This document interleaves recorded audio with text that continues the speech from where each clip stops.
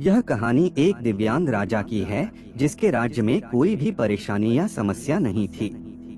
सभी लोग उस राजा से बहुत खुश थे और ऊपर वाले से धन्यवाद करते थे कि इतने अच्छे राजा को उनके जिंदगी में भेजे हैं। वह राजा दिव्यांग था, उसकी एक आंख नहीं थी और एक पैर नहीं था, लेकिन फिर भी राजा को इस बात का कोई मलाल नहीं था। एक दिन राजा अपने महल के गलियारे में घूमते हुए अपने पूर्वजों की लगी तस्वीर को देख रहा था और सोच रहा था कि मेरे पिताजी इतने शूरवीर थे, उनके पिताजी इतने शूरवीर थे। हमें इतने शूरवीर खानदान में जन्म लेने का मौका मिला, यह ऊपर वाले का धन्यवाद है। राजा ने सभी चित्र को देखते हुए आखिरी चित्र तक पहुंचा और फिर उस खाली जगह को देखा तो वह चिंता में पड़ गया, क्योंकि उसे मालूम था कि अब यहाँ जो तस्वीर लगेगी वह उसी की लगेगी। लेकिन राजा को इस बात की चिंता नहीं थी कि वह मर जाएगा, चिंता इस बात की थी कि वहाँ जो पेंटिंग लगेगी वो कैसी लगेगी।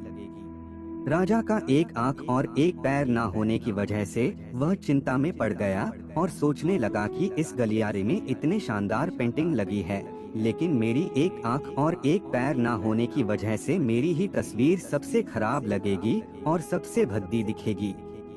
राजा ने सोचा कि मेरे मरने के बाद पता नहीं कैसी पेंटिंग बनेगी, और क्यों ना मैं अपने जीते जी ही एक शानदार पेंटिंग बनवाऊं ताकि मुझे ये सुकून मिल जाए कि मेरी यहाँ अच्छी पेंटिंग लगेगी।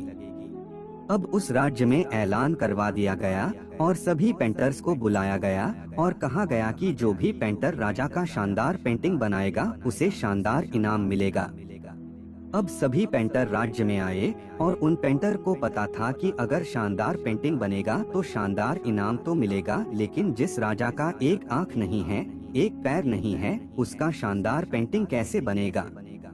पेंटर सोच रहे थे कि इनाम का तो पता नहीं, लेकिन अगर शानदार पेंटिंग नहीं बनी और राजा गुस्सा हो गया तो सजा मिलेगी, इसीलिए बड़े बड़े चित्रकार भी आगे नहीं आए।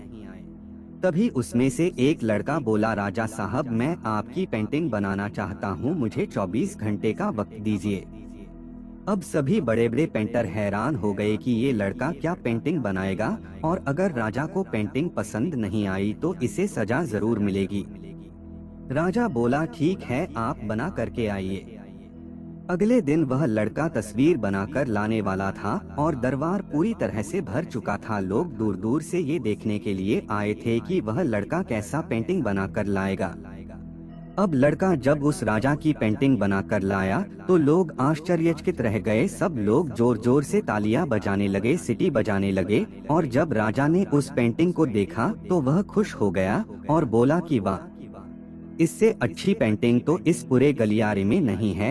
राजा ने उस लड़के को बहुत सारा इनाम दिया।